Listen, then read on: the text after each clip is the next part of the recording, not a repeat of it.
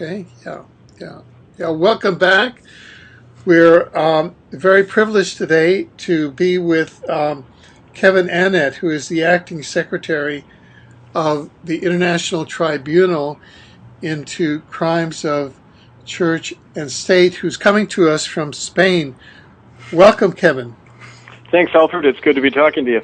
I know that these past several weeks have been very active ones, both for you and for the International Common Law Court of Justice, and that we're here with a fellow journalist and program. So could you please take the program from here? Thanks, Alfred. Yeah, I want to welcome on the show today Joshua Laments, who's an important activist with the ITCCS in Canada. Welcome, Joshua. Welcome. Thank you very much. I'm also the Canadian facilitator or organizer for the website as well for International Tribunal, the International Common Law Court of Justice, and I work with Kevin.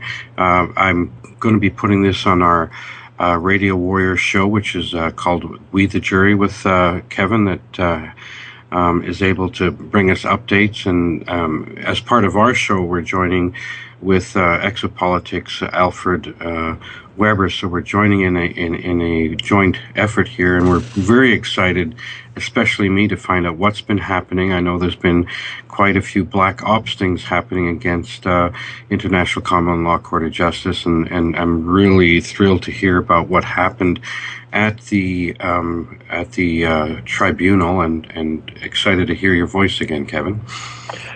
Well, thanks, Joshua. It's very exciting times. And just to give people an overview, first of all, the site Joshua was referring to is iclcj.com. That's the website for the Common Law Court, iclcj.com, as well as itccs.org, the tribunal website. Now, if you go to the itccs.org site, you'll see over the last number of weeks some tremendous things have been happening. First of all, in Brussels, on April 7th, the Second Common Law Court of Justice session convened. The first one, if you recall, the one that convicted Joseph Ratzinger and Queen Elizabeth for crimes against humanity in Canada, the genocide of Indigenous people there. That led into the second case having to do with global child trafficking. The chief defendants being Jorge Bergoglio, President Pope Francis, Adolfo Pachon, the head of the Jesuits, and Justin Welby, the Archbishop of Canterbury in England. Now, the case began on April 7th with the prosecution opening its arguments, and there have been 3 bulletins so far from the Public Information Office of the prosecutor, because the court has had to operate under conditions of secrecy and confidentiality because of threats being made to them, and also from information we were given from Rome, from sources there, an attempt to shut down the court issued by the Vatican intelligence agencies, whatever you want to call them. And in response to that, the court decided that it was important to put out weekly bulletins summarizing some of the evidence that was being put forward by the prosecution. Now, I've been working in Europe, in Holland, in France, and in Spain, with the witnesses in this case of global child trafficking. Things I've been hearing just completely blew my mind. These eyewitnesses, for example, who sat in on meetings with Jorge Bergoglio planning the child trafficking of political prisoners, the children of those prisoners in Argentina during the dirty wars. 2 women who witnessed the serial rape and torture of children by former Pope Benedict and Jorge Bergoglio themselves, according to this thing called the Ninth Circle, which is apparently a child sacrificial cult operating within the Vatican and has for several centuries. And other information related to how this global child trafficking is continuing very much through the Catholic Church and its various agencies. And so it's been not only an amazing time for this stuff to come out, but in response, we've had an increasing number of people come forward. Here in Spain, I've been meeting with 2 different groups who have been leading a campaign here on behalf of the over 300,000 people who, as children, were trafficked by the Catholic Church here in Spain, where literally the children were stolen by priests and nuns. Their parents were told they had died, and then they were trafficked for between $60,000 and $80,000 each. We estimate the Vatican made over $20 billion over the last 50 years here in Spain alone through this illegal child trafficking. So this shows you some of what we're getting into now, and not accidentally. They're being, the Catholic Church has ratcheted up their attempt to sow division and confusion among our various groups, and we can talk about that in a bit. But the important thing is this stuff is finally breaking out, and I have another thing to talk about an event that happened last Easter Sunday in Maastricht. But why don't we just open it up for more conversation and questions, and then I'll get into that. How are these? How are the witnesses bringing their statements? Now you're traveling and finding more information. Where is the conversations or the record of these witnesses going to be posted? The actual final statements and everything is going to be similar to the format we had in the first case in genocide in Canada. If people remember, if you go to itccs.org, you can see all of the evidence from the prosecution's case, 150 exhibits. These are eyewitness testimonies, videotape statements, documents, signed affidavits, and other evidence that was all posted online. We're going to have a whole package of that at the end, but the thing to realize about this case is it's so much bigger, if you can believe it. I mean, genocide in Canada is a pretty huge issue, but this is global. It's centuries old, and we're getting so much evidence coming in that, frankly, we don't have the staff or the means to really bring it all together at this point. We're trying to do the best we can, but right now, the little staff that is being used in Brussels and at other locations, they are compiling the evidence as the prosecution presents it. But eventually it's going to come out. I would say it might even take up to a year to get all of this stuff presented. We're not sure even when the verdict is going to come in yet on this. It's going to span many months from what I can see so far. And the verdict for the actual Common Law Court of Justice, how did it come about that the verdict was to abolish the Catholic Church? Well, that came at just a little bit of background. February 25th, 2013, the verdict in the first case came down, founding the Catholic Church, the Anglican and United Churches in Canada guilty of crimes against humanity. That following August, the Common Law Court issued a statement saying that under international law, and especially the United Nations Convention on Transnational Organized Crime, that the Catholic Church has qualified as a transnational criminal body, and so it was legally disestablished. That is, saying it may be a de facto power, but it's not a de jure power. It's operating against the law of nations, against the laws of nations all over the world, and hence it's like a rogue criminal body.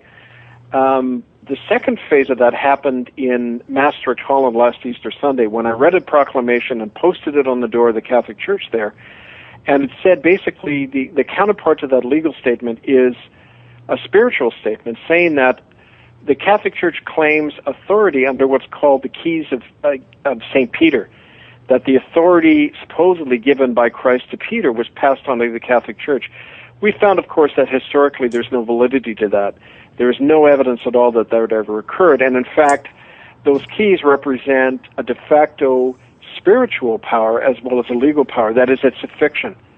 And we declared that and said on both fronts that power is null and void. It's nullified. So that means that citizens can legally occupy these churches, that they can seize the wealth of those churches and say they have no authority. And these so-called popes and cardinals are subject to arrest and imprisonment on that basis. So it's really nullifying the both temporal and spiritual power of those churches.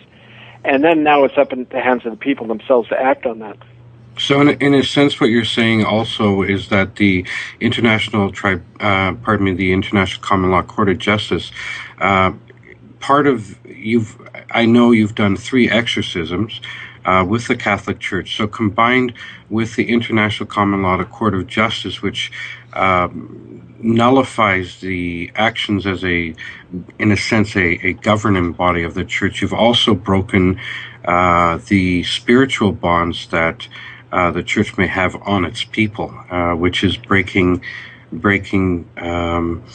their authority in a sense, whether it be good or bad. What does the exorcism actually do? What you have done in probably the oldest church outside of the Vatican in Maastricht, Holland, what was it that closed the deal spiritually for you in that action? Well, I think for me personally, what it realized that it's really about stepping out of an illusion into reality. And what it allowed people to do now is to say that the allegiance that people felt they owed to the Pope or the Church because of a spiritual authority is now gone. That is, they are free to step out of that, and whether they be Christians or others, establish their own lawful spiritual as well as legal authority. So that means, for example, Catholics can step outside now, stop giving money to the Church of Rome, form their own congregations, and act according to their conscience, as long as it doesn't legitimate this criminal body now, the Church of Rome. So, I mean, it has many levels. It's like with all of this stuff, it has repercussions in frankly many dimensions. And I think that what we're witnessing now and what we'll witness in the months ahead is, now that the church has kind of inwardly collapsed, you're going to see that manifesting in the outer world as well. It's funny that the church now is rushing around trying to beatify, what they call beatify various popes. Again, more distraction, more attempts to prop up this collapsing structure. But I think, the proof is, like last year, who could have ever imagined Joseph Ratzinger would have resigned while in office? And this present Pope Francis doing a song and dance to make people think he is actually the legitimate Pope, when a lot of the things indicate that he, in fact, isn't. He's just a caretaker. And it's all a big smoke and mirrors game, really. Well, also that he abdicated 2 days after the last judgment of the International Common Law Court of Justice that took place last year. So the empowerment and the authority that a common law court has is very powerful. Now, what are some of the actions that you're planning to be able to allow citizens to reclaim the churches and the power that the churches have had? Do you have anything planned for the next several months that will will put forward the actions that were put up by the Common Law Court of Justice? Right. Well, we have many. It's hard to summarize. There's so many things going on. I mean, for example, in England, in Coventry and in Birmingham, in Brighton and London and Glastonbury, there's groups operating that are going to start occupying these Catholic churches, reading out the statement of spiritual and legal disestablishment, telling these officers to stand down from their office, that they're in effect expelled from those offices, and doing something that we call a recovenanting. That is, the power of a covenant, if not only in the Bible but in other spiritual traditions, is you're making a contract among each other and with the Creator. You're saying we have now a new arrangement. And so people can say, in effect what we're saying here is that the whole corporate system that came out of the Church of Rome and all of these de facto corporate institutions, whether it be governments or corporations or, the private courts now in Canada and other places that are posing as legitimate courts, all of those don't have any authority over us anymore, and we need to recovenant with one another to establish those lawful courts, judicial systems, churches, whatever, and even governments. So this is a way that people can begin to take action in that way from the grassroots. And how do we do that? I mean, I know there are groups forming everywhere, but I'm worried about within our communities here in Western Canada, where I'm from. What actions can we do? There's I'm getting lots of emails and people say, I'm ready. What do I do? Well, there's like I said in the most recent posting at itccs.org, one of the things I said was there's really two aspects of this, a legal and a spiritual. On the legal front, people need to read our common law training manual. at itccs.org. That gives you a lot of tips about how to set up common law courts to really adjudicate any civil or criminal matter. In terms of the church itself, though, we are putting out this week a statement on what a covenant will look like, a covenant statement to reestablish the authority of a spiritual community separate from the Church of Rome or any other community system that you're trying to set up. So that'll be coming out at itccs.org. There's already groups that are forming about that. Like I mentioned a while ago, how there's actual clergy that are working with us who are breaking ties with Rome, especially in Ireland, and other countries. So there will be more material posted about this. But the important thing is for people to be creative, take action on their own, and apply this. There isn't any one blueprint for this. We've just created a model that people can follow. But essentially, we're talking about something that's much more than a reformation. It's a real reclaiming of our world, of the law, and of our own spirit. And which law is this that you would be reclaiming? Well, there's different names for it. Some people call it, the law of nature, the divine law. Its functional term, of course, is the common law, and that says basically that we are inherently self-governing and sovereign men and women, that there can be no legitimate authority over us unless we create it ourselves and give consent to it, and that on that basis juries and courts can arise, which are people-driven, not judicially driven. And that's, again, if you read the common law manual, that's all pretty much explained in there. Okay. Alfred, I'm taking your space here if you have questions, of course. Well, yes, very much. I'd like to explore with Kevin the concept of disestablishment and abolition, and if you could go into those more deeply, Kevin. Yeah, well, I mean, I think even in a system like Roman Catholicism, which traditionally is I guess you could say it's the ultimate hierarchy in the human race, where literally it was believed, and I'm using past tense deliberately, it was believed that the Pope, or Pontifex Maximus, represented a literal bridge between heaven and earth.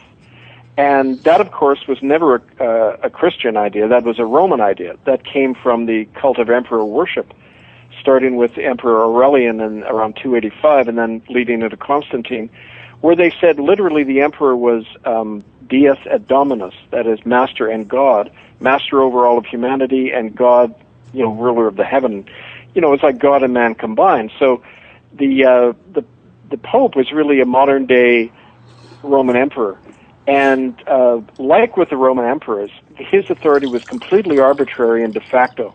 There was no lawful basis or spiritual basis for his authority. And in fact, as the Reformation pointed out, in fact, the Roman Catholic Church completely contradicted all basic Christian teachings. And so on that basis, when we're talking about nullifying something, we're simply talking about reestablishing what originally was. That is, the whole empire and Church of Rome has been a arbitrary and violent imposition on the natural law, on the natural communities of the earth. And we look all over the planet, at the old saying, by their fruits you will know them. There is no empire on the planet that has had such a destructive impact on the human race than the Roman Catholic Church, whether that's in genocide of indigenous people, the witch burnings, the destruction of generations of children.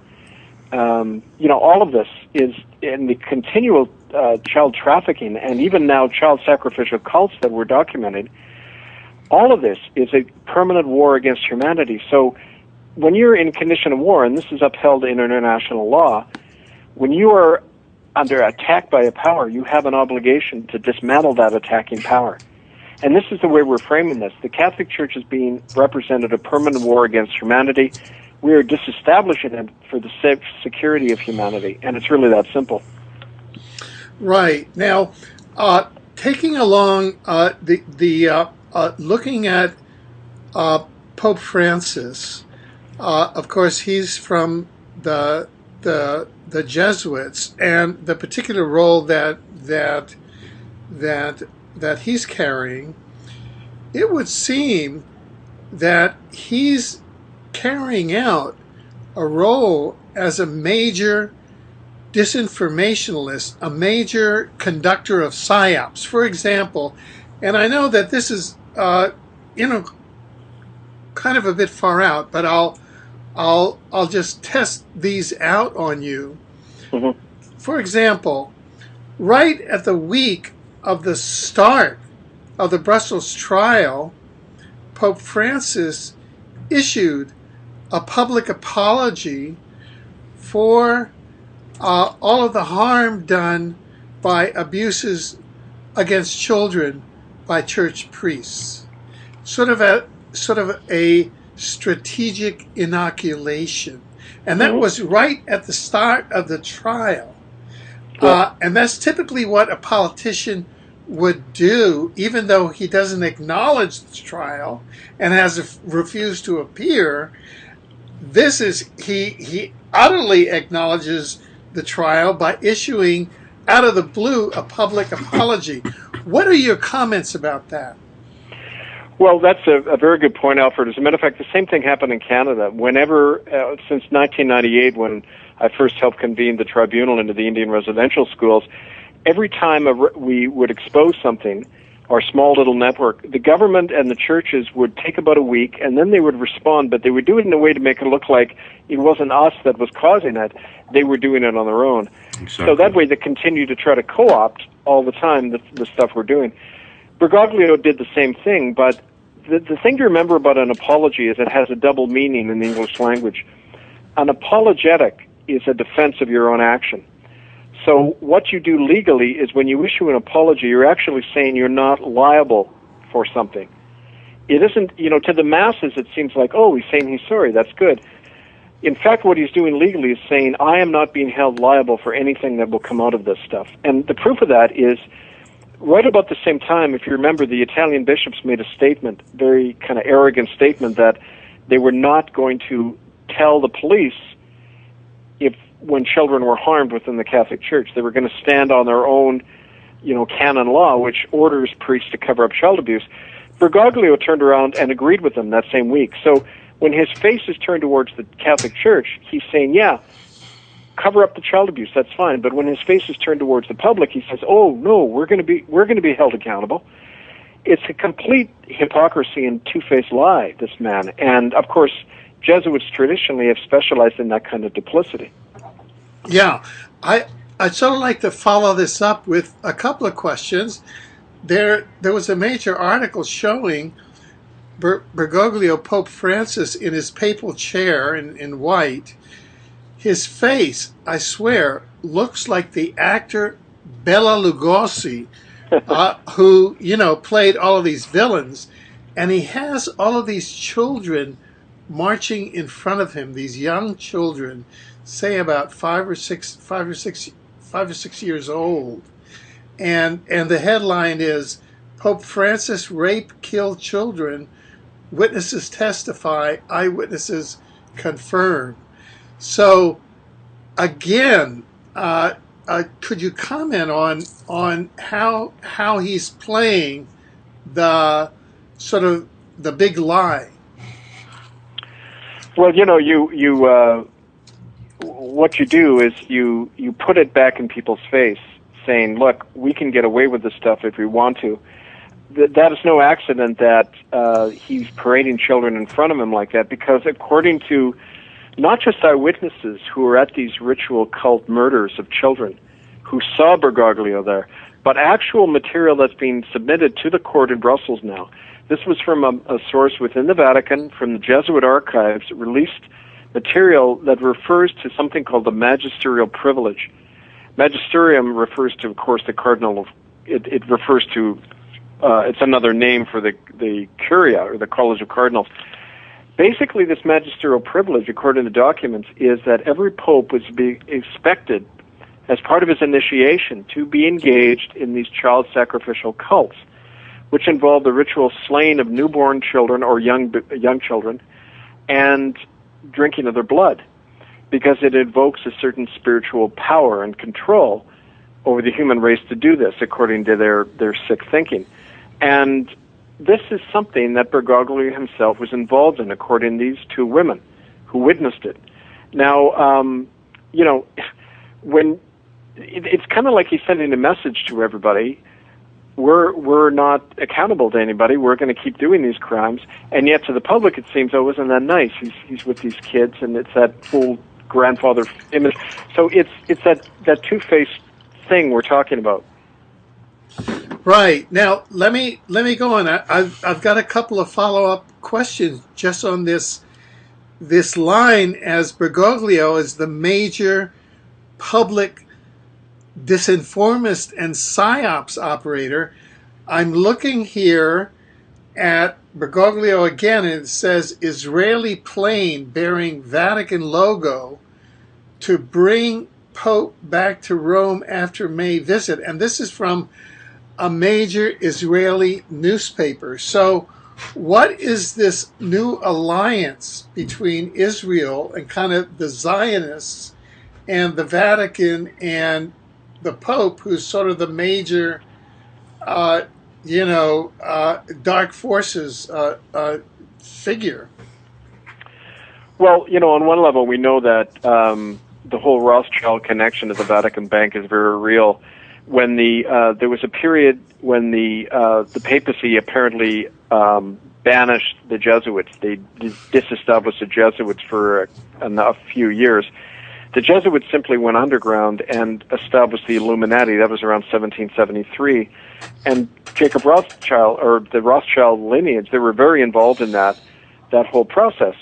When Mussolini created the Vatican Bank, there was not only over $1 billion lira were put into the Vatican Bank by the Mussolini, the fascist government, but from the Rothschild banking interest as well. We also know this new global alliance forming between Russia and China. The Vatican is very much in there as a broker. They have transferred a lot of money out of the Vatican Bank into German and Chinese banks. We know that. We know that the Vatican has also recognized the official state-run Catholic Church in China, which is very unusual for them to do that, unprecedented. So, I mean, I think it's all part of that same stuff. Joshua, do you have any comments about any of this? I'm just listening. It's very, very interesting. I'm just a little worried about what's happening with the governance of the world and how the Catholics are connecting with the Chinese and other groups, spreading in a sense their authority over other people, and how that's going to pan out in the next several years. Well, it's a very big power block when you think about it. If you can add up all the Catholics in the world with all the Chinese and the Russians, then they've got a very it's Orwell coming true, in terms of the three power blocks in 1984. Yeah. Yes. Now, right. I have one final question, and I don't mean to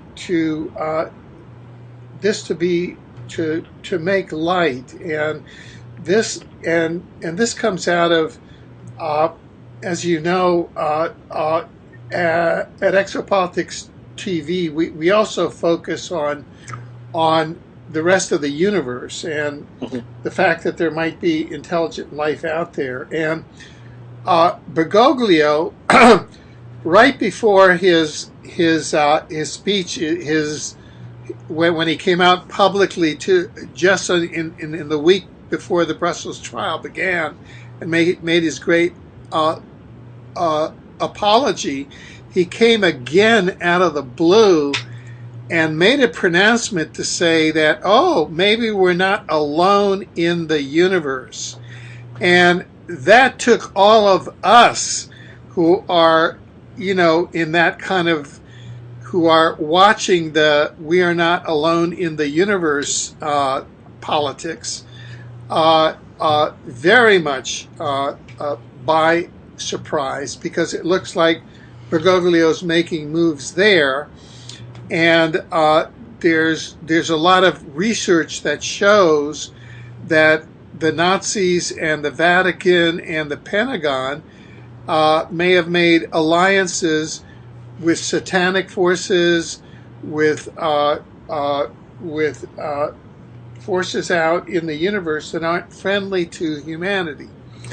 And so, do you have any comment on that? I know that this is kind of out of the blue, but anyway. No. I mean, I think, Alfred, that it's important to look at all of that because clearly there's more going on than meets the eye. I learned that over the years, when I had my eyes open about genocide in Canada, and since then, I'm frankly open to any possibility when it comes to this because when you see the depravity and the violence and the evil nature, the satanic nature of these institutions, none of that would surprise me. The stuff I've heard these last few weeks from eyewitnesses at these satanic rituals involving senior Catholic cardinals, Prince Bernhard of the Bilderbergers, the British and Dutch and Belgian royal families, even Queen Wilhelmina, who was given sanctuary in Canada, her family members apparently were involved in the same satanic killings at the Brantford Indian Residential School. We found information about that now. And they were given legal sanction or legal immunity while in Canada to do these things, according to documents that we've got from from Canadian government sources. So all of this stuff indicates, like I said, a war against humanity. The Catholic Church being one of the major figures about that, but clearly there's other forces behind that we're only beginning to reveal. So I think we have to keep digging on all fronts to expose these things. Now, from the evidence that you know of, both in the first trial and that is beginning to come out at the second trial, it would seem to me that it would be fair to characterize the Vatican, the College of Cardinals, and the papacy as a satanic coven. Is that true? Absolutely. I think that's literally, not just, spiritually and metaphorically, but literally they are a satanic network living off the blood of the innocent, especially of the newborn. That's one of the reasons that so many children are regularly trafficked through Catholic Church agencies. They feed off the fear and trauma that occurs in the innocent. They literally feed off it. And it isn't just through the overt means of sacrifice, but the rampant child rape in the Catholic Church that's actually authorized and encouraged by the law Crimen Solicitatis. All of that shows, a parasitic system feeding off that suffering. And so I would say absolutely that's what they are. It also seems that globally, that every global governance group right now in Hollywood, there's coming out all kinds of evidence of children who were raped by people who are the head of states all over the world. They're coming out with the Catholic Church and other groups. It seems that those who are in power feed off of children, and sometimes I don't understand why, but it seems to be the same MO everywhere. Can you comment on that, or what's your point of view on how that works and why? Oh, I mean, it's kind of like with the Indian residential schools. The Jesuits set the model, and then everybody else copied it. All the Protestant churches and the governments and everything. Similarly, they know, there's no better place to get children. There's no better place to cover up child murder in that than through the Catholic Church. We've had a lot of examples of that on the ground in the Aboriginal community, in the Indigenous community. But I think, this is so endemic to the society that now it's a question of almost where isn't it happening, not where is it happening. Exactly. So what are the next steps with regard to the Brussels trial? What do you see coming up in these next month or so? Well, last week there was a 2-week adjournment because so much evidence was coming in. There were 8 witnesses whose affidavits were put forward or the videotaped testimonies. The court needed some time to go over that, so they adjourned for 2 weeks. I believe they're reconvening on May the 5th. And again, I'm going to be there working with them during that time. There's new people coming forward, especially in France and Spain. with a lot of really vital information about this, and especially the Pope's role, so-called Pope's role in a lot of this, and the key role of the Jesuits. So that the court's going to continue, and we're going to say as it goes how much we're able to publish, how long this court case is going to go on. It's kind of open-ended at this point. The 27 jurors are looking at all the evidence as it comes through, and we're going to continue to put out these information bulletins so that people can learn about it. Also, as a way to encourage other witnesses to come forward. So I would say, Alfred, that this is a work in progress very much, and it's stimulating groups to form that are taking action. Like I said, in America and England, we have the best response on the ground. We have common law courts forming all over those countries, probably because the common law is such an entrenched part of their legal and social traditions. But, I often say, well, Canada is kind of a backwater in a lot of ways. There's a lot more fear in Canada to undertake this action. But even there, you're finding more and more, like Joshua said, more and more people saying now, what do we do? So I say, for people listening, go to itccs.org, read the Common Law Training Manual, write to us, write especially to itccscentral@gmail.com, and they'll give you a lot of instructions and help about how to form groups in your local area. I'll be coming back during May through North America and U.S. and Canada, and we'll be having more updates on more of these programs with what things are happening and how people can be involved. The manual is also available on iclcj.com as well.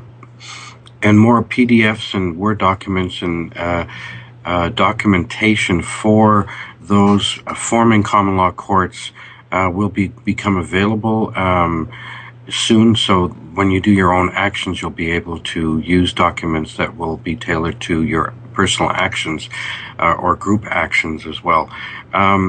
Kevin, what the information that is coming to the court right now, is it people are coming up with more personal information, they're starting to find out about it? Will that information go to the next common law court, or are they taking actual witness affidavits that are coming that are freshly coming to the surface? They're continually taking testimonies as they emerge, and this isn't just of eyewitnesses to these crimes. These are also insiders. We've had more people come to us from within the church. They're being treated quite carefully, because for all we know, they could be plants. It could be false information to try to discredit us. It's being looked at very carefully by some of the experts that work with the court. But definitely there has been a back channel communication coming to us from the Vatican. There's a Belgian politician, Laurent Louis, who is now working with the court. I met with him and his people. They very much, after the Belgian election on May 25th, they are going to be working to bring political support to the court. Laurent Louis was the one member of parliament in Belgium who stood up and accused the Prime Minister and other leading members of the government of being child rapists. Yeah, he called him a pedophile to his face. That's right. And he also wants the Marc Dutroux case reopened. Dutroux was a serial killer who, in jail, started naming top members of the royal family and others as part of the child killing network that he was part of. Laurent Louis is a man under attack like we are, and we need to give him help. So all of this is a sign of the progress the court is making. Good. Alfred, I would just like to make a comment towards a comment you made earlier, because I've been following it quite a bit for the last almost 10 years. A lot of the sacrifices, a lot of the activities against children, empowering these global groups. I've heard for some time now that they're using this to bring up an untrue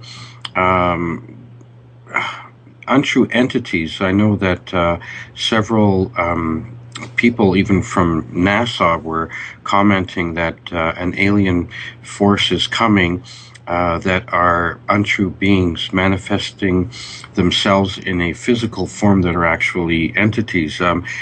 It may seem that this is irrelevant concerning the exploitation, the brutal murder and sacrifices of children, but I think there's a tie-in here, and I've been thinking about it for quite some time, listening to a lot of the documentation that is coming out. Do you have any source information or a comment about the possible link with this? Well, yes. I wanted to just be very tentative in bringing it into this dialogue, because we're engaged in litigation and in trial proceedings at this point, and so as not to taint any of the trial proceedings, because it is very difficult to evaluate what we would call dimensional phenomena. That is, phenomena from other dimensions outside of our time-space dimension. In a court of law, but the Vatican and other entities such as the British monarchy and the what they call the black nobility and the black monarchies of Europe, such as the Dutch throne, have been engaging in spiritual warfare by going through ceremonies that engage, we can call them, quote, satanic entities, that is, negative dimensional entities. These are matters which science is beginning to treat, but they can't yet, it's very difficult to bring these into a legal context. You can bring them into a context of exorcism or a context of spiritual warfare or of meditation and prayer, but not into a legal context. So I just wanted to bring it up in a very tentative way here, so as not to taint the conversation or the proceedings around the legal proceedings with the court.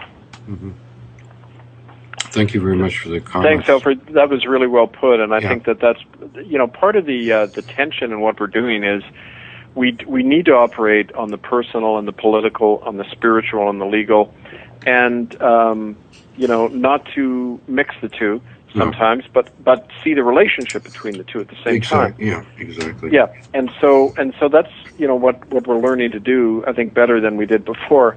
But definitely, it's all very relevant, and we're finding that especially with some of the people I sat down with this week.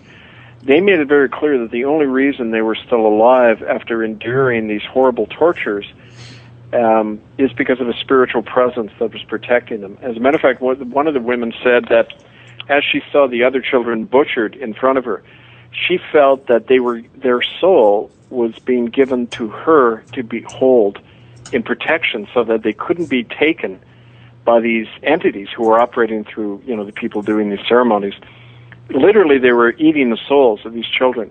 But this woman said she was holding their souls for them, is one of the ways she put it. So, I mean, there's this whole aspect of why these ceremonies are actually occurring. What is it on a higher level that's really going on? So, this is stuff that will be talked about and looked at as part of the at least the testimonies of the people who are appearing before the court.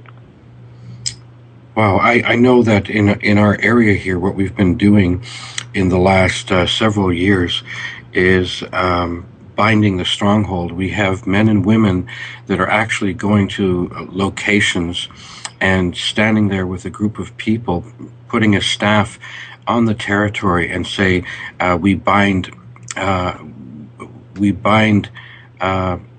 the structure and authority that has destroyed our nature, our people, the land, and taking back power, even by a spiritual representation.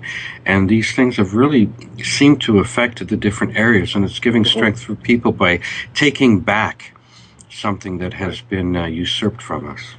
Well, that's interesting, because that's a part of the language I used in this third exorcism and in Maastricht, which was the It's an interesting place. It's where the Maastricht Treaty was signed, creating the European Union. Yep. And it also is the oldest Catholic church outside Italy. It was from the 4th century, this church. And it was a power center. I went down into the heart of this Catholic church earlier. And there was definitely an entity present there. And part of the exorcism was a dialogue with this entity saying that you are bound now, and the power you had over people is unbound. And that's, what Winifred was mentioning earlier, this process, that's exactly what we're doing now. We have freed many of these souls that are trapped, and also that are presently trapped in spiritual bondage to this false Church of Rome. So, I think it's all part of that broader thing we're talking about. Alfred, I really want to thank you and Exit Politics for allowing Radio Warrior Show and We the Jury to be part of what you do on the internet and for the world. Thank you very much. Oh, and we likewise are very grateful to be part of your show also. Well, I hope we can, in 2 or 3 weeks when I'm back, or at least heading back, maybe we can do another one, guys, and continue to collude in this way, cooperate. Yes. Sure. Thank you again. And thanks. And just to remind people, follow our work at itccs.org. There'll be new updates coming this week. Thank you all, and carry this on, each one of you. Thank you. Also connect with ICLCJ. We are our site is going to be partnering with some websites in Coventry and in other parts around the world, so you'll be able to link to these sites that are particularly doing actions in their own areas. That's ICLCJ.com. The Coventry Common Law Court has created their own website. It looks really good, and urge people to, again, find that at ICLCJ.com. Yeah. Thanks, Joshua. Thanks, Alfred, and all of you. Okay. Bye-bye now. Thank you. Bye-bye.